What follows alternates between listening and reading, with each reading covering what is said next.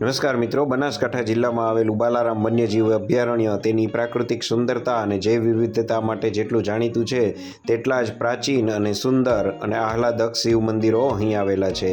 આજે આપણે જઈ રહ્યા છીએ એવા જ એક પ્રાચીન શિવ મંદિરની મુલાકાતે કે જેને બાજોઠિયા મહાદેવના મંદિર તરીકે ઓળખાય છે।